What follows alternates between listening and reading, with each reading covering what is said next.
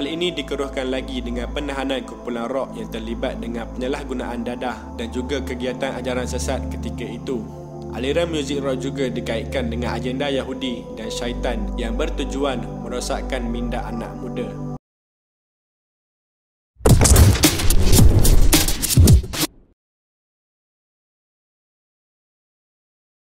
Sebelum kemunculan artis-artis BBNU di arena muzik tanah air, Malaysia pada suatu ketika dahulu pernah dikuasai dengan satu genre muzik iaitu rock kapak. Rock kapak ataupun dikenali sebagai rock kangkang merupakan sebuah aliran muzik yang paling diminati rakyat Malaysia pada era 80-an sehinggalah pertengahan tahun 90-an. Rock kapak dikatakan pada asalnya disebut sebagai rock car park yang berasal daripada persembahan nyanyian rock di tempat letak kereta awam. Sebelum kemasukan aliran muzik rock and roll barat, rakyat Malaysia yang berbilang kaum lebih memilih untuk mendengar muzik yang berkaitan dengan identiti bangsa mereka sendiri. Bagaimanapun, populariti muzik tempatan berasaskan bangsa beransur-ansur hilang dan diganti dengan muzik rock and roll yang mula mendapat tempat di hati rakyat Malaysia. Menjelang awal era 60-an, gabungan antara muzik rock and roll barat dan alunan muzik tempatan telah melahirkan muzik irama pop ye-ye. Petikan gitar dan alunan muzik pada ketika itu banyak dipengaruhi oleh kumpulan muzik yang berasal dari Britain seperti The Beatles dan The Rolling Stones. Kumpulan yang mempersembahkan muzik pop ye-ye pada ketika itu dikenali sebagai Kugiran yang berasal daripada perkataan kumpulan gitar rancak. Pada penghujung tahun 70-an, irama pop ye-ye semakin suram, beransur-ansur dan digantikan dengan rock kapak yang mula meningkat naik. Kemunculan muzik rock kapak dalam industri muzik tanah air bermula apabila kumpulan Kingdom in Rock dan Sweet Charity yang berasal dari Singapura berjaya mengadaptasikan muzik serta imej rock barat ke dalam budaya tempatan. Kumpulan Sweet Charity yang diketuai oleh Papa Rock iaitu Datuk Ramli Sarip berjaya mendaki puncak kegemilangan dan telah mengeluarkan album pertama mereka pada 1979. Antara lagu yang dimuatkan dalam album tersebut adalah karya agung nyanyian Ramli Sarip yang berjudul Teratai. Selain Teratai, kumpulan Sweet Charity juga popular dengan lagu Camellia dan Sejuta Wajah yang masih diminati peminat rock sehingga hari ini. Pada tahun 1981 sehingga 1984, kejayaan kumpulan Sweet Charity memperkenalkan muzik rock dalam arus perdana yang mendapat tempat di hati masyarakat, menyebabkan bilangan kumpulan rock baru semakin bertambah dari hari ke hari. Perkembangan muzik rock tanah air juga digalakkan dengan adanya pelbagai pertandingan nyanyian rock peringkat kebangsaan. Pertandingan rock pertama yang diadakan di Malaysia adalah Juara Rock pada tahun 1983 yang telah dimenangi oleh kumpulan The Fabians dan The Left-Handed. Kumpulan Left-Handed dan The Fabians juga merupakan antara kumpulan terawal yang muncul dengan imej rambut panjang yang dipadankan dengan seluar yang ketat. Disebabkan permintaan peminat terhadap kumpulan rock yang semakin rancak dalam negara, satu festival rock telah diadakan pada 1984 yang bertempat di Dewan Jubli Intan, Johor Bahru. Pertandingan-pertandingan ini telah melahirkan banyak kumpulan rock yang baru ditubuhkan dan demam genre rock di Malaysia semakin hebat dan memuncak dengan penganjuran Battle of the Band 1 dan 2. Tetapi, selepas beberapa ketika, populariti dunia rock dalam kalangan masyarakat mulai menurun dan seolah-olah menuju zaman kejatuhan.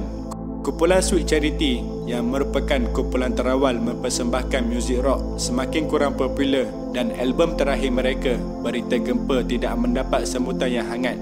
Banyak kumpulan rock mulai terkubur disebabkan irama rock pada waktu itu kurang diminati dan lagu-lagu dandut dan Hindustan mula menguasai arena muzik tanah air. Bagaimanapun, kemunculan kumpulan Search dan Wing dalam industri muzik telah merubah segala-galanya. Irama rock kapak yang sebelum ini seolah-olah menuju pengakhiran bagaikan bernafas kembali dan kali ini lebih rancak dan meriah. Ketika rock diasaskan oleh Sweet Charity pada lewat 70-an, peminat pada waktu itu bagaikan sedang tidur. Kehadiran Search dan Wing dengan muzik yang lebih bertenaga seolah-olah telah mengejutkan peminat dari tidur yang lama dan telah menghangatkan kembali arena muzik rock tanah air.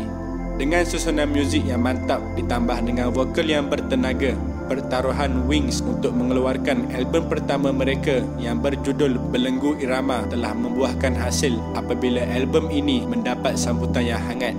Walaupun lagu mereka disekat daripada disiarkan di radio dan TV oleh RTM, berkat ketabahan dan sokongan peminat, album ini telah terjual lebih 180,000 unit dan populariti Wings telah meningkat naik selepas itu.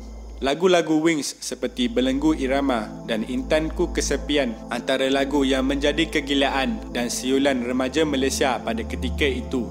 Awal sebelum kemunculan Wings, kumpulan Search telah mengorak langkah dengan melancarkan album sulung mereka yang bertajuk Cinta Buatan Malaysia pada 1985 yang diterbitkan oleh Datuk M. Nasir.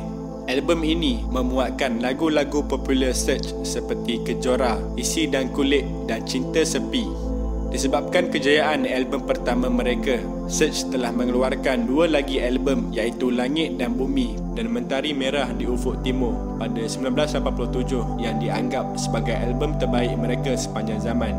Lagu-lagu popular yang terkandung dalam album tersebut adalah Fantasia Bulan Madu, Gelora Cinta dan lagu Gadisku ciptaan Datuk M. Nasir. Pada tahun 1989, selepas melakukan beberapa rombakan melibatkan ahli kumpulan, Search telah tampil dengan album Fenomena yang mengandungi lagu popular iaitu Isabella. Album Fenomena mendapat sambutan yang hangat di mana ia dijual lebih 250,000 unit di Malaysia dan jutaan unit album di Indonesia. Lagu Isabella juga telah menjulang nama Search hingga ke puncak apabila disebabkan lagu ini digemari di Indonesia. Search telah diundang untuk membuat persembahan di sana. Saat itu merupakan detik yang istimewa buat Search apabila dapat membuat persembahan di negara seberang yang selama ini tertutup rapat buat penyanyi Malaysia dan tradisi tersebut berjaya dipecahkan oleh Search. Kejayaan kumpulan Search dan Wing telah membawa kembali demam rock di Malaysia. Kemunculan program televisyen seperti Muzik juga telah berjaya menjadikan rock kapak sebagai muzik arus perdana pada ketika itu. Muzik rock kemudiannya mengungguli final juara-juara lagu 1989 dengan penyertaan 5 kumpulan rock di mana Search yang mempersembahkan lagu Isabella telah dinobatkan sebagai pemenang. Selepas kejayaan ini, semakin banyak kumpulan rock baru yang berjaya dilahirkan seperti Handy Black, Expedisi dan bermacam lagi. Demam rock kembali menjadi fenomena di mana anak-anak muda mula mengenakan imej rock iaitu berambut panjang yang dipadankan dengan seluar yang ketat dan berlumba-lumba menubuhkan kumpulan rock sendiri. Album-album rock juga berjaya dijual berjuta-juta unit di pasaran Malaysia, Singapura dan Indonesia. Kejayaan tersebut dianggap sebagai pencapaian terbaik industri muzik tanah air dan muzik rock kapak terus mendekap zaman kegemilangannya sehinggalah berlaku perkara yang tidak disangka-sangka. Muzik rock telah dikaitkan dengan keruntuhan akhlak generasi muda pada ketika itu. Malah, penganjuran konsert-konsert rock mula dipersoalkan selepas didakwa menjadi sarang menghisap dadah dan berlaku insiden pergaduhan seperti yang berlaku di tapak pesta di Sungai Nibong, Pulau Pinang pada tahun 1986 sewaktu pertandingan Battle of the Band. Hal ini dikeruhkan lagi dengan penahanan kumpulan rock yang terlibat dengan penyalahgunaan dadah dan juga kegiatan ajaran sesat ketika itu. Aliran muzik rock juga dikaitkan dengan agenda Yahudi dan syaitan yang bertujuan merosakkan minda anak muda. Kemuncaknya, imej rambut panjang yang sinonim dengan penyanyi rock mula dipersoalkan dan diperbesarkan sehingga mendapat perhatian menteri dan telah dibincangkan di Parlimen. Kumpulan rock juga telah digam oleh pihak kerajaan menyebabkan lagu-lagu mereka tidak boleh dimainkan di radio dan televisyen. Kementerian Penerangan selepas itu telah menetapkan garis panduan di mana semua artis lelaki adalah diharamkan daripada membela rambut panjang melebihi paras bahu. Mana-mana kumpulan rock yang berniat untuk muncul di kaca TV perlu memotong rambut dan merapikan pakaian mereka terlebih dahulu.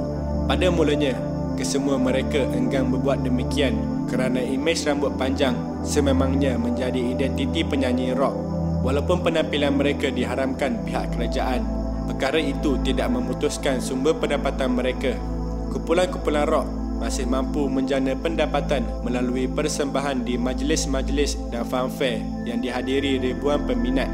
Namun, bagi membersihkan nama dan membuktikan artis rock tidaklah sejahat seperti yang dikatakan, mereka akhirnya bersetuju untuk memendekkan rambut rock mereka. 1 November 1992 menjadi detik bersejarah apabila rambut dua orang ikon rock tanah air iaitu Awi dan Amy Search telah dipotong sendiri oleh Menteri Penerangan ketika itu, Allahyarham Tan Sri Muhammad Rahmat. Simbolik pemotongan rambut tersebut telah disiarkan secara langsung di siaran televisyen RTM dan disaksikan oleh jutaan rakyat Malaysia. Namun, mengorbankan identiti bukanlah perkara yang mudah, ditambah lagi dengan rambut panjang tersebut telah dibela lebih daripada 10 tahun. Awi dan Amy Search telah dilihat menangis sambil berpelukan antara satu sama lain di belakang pentas selepas rambut mereka dipotong dalam upacara tersebut.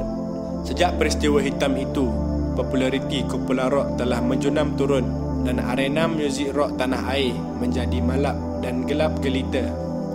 Ramai vokalis utama telah menarik diri dari kumpulan rock mereka, termasuklah Awi dan Amy sendiri. Kemunculan kumpulan rock baru seperti Slam, Spring dan UKIS yang dianggap sebagai penerus legasi rock tidak berjaya menyelamatkan perjuangan muzik rock daripada menuju pengakhiran. Iramanya yang lembut dan mendayu atau dipanggil balada tidak dapat diterima pendengar dari zaman emas rock kerana perbezaan identiti dan penampilan. Menjelang tahun 2000, industri muzik negara mula dipenuhi dengan kumpulan-kumpulan hip-hop seperti Nico, For You To See dan KRU dan telah menenggelamkan populariti muzik rock. Selepas itu, berakhirlah perjuangan aliran muzik rock yang amat terkesan dalam hati masyarakat dan pernah mengangkat industri muzik Malaysia sehingga ke puncak. Sekian.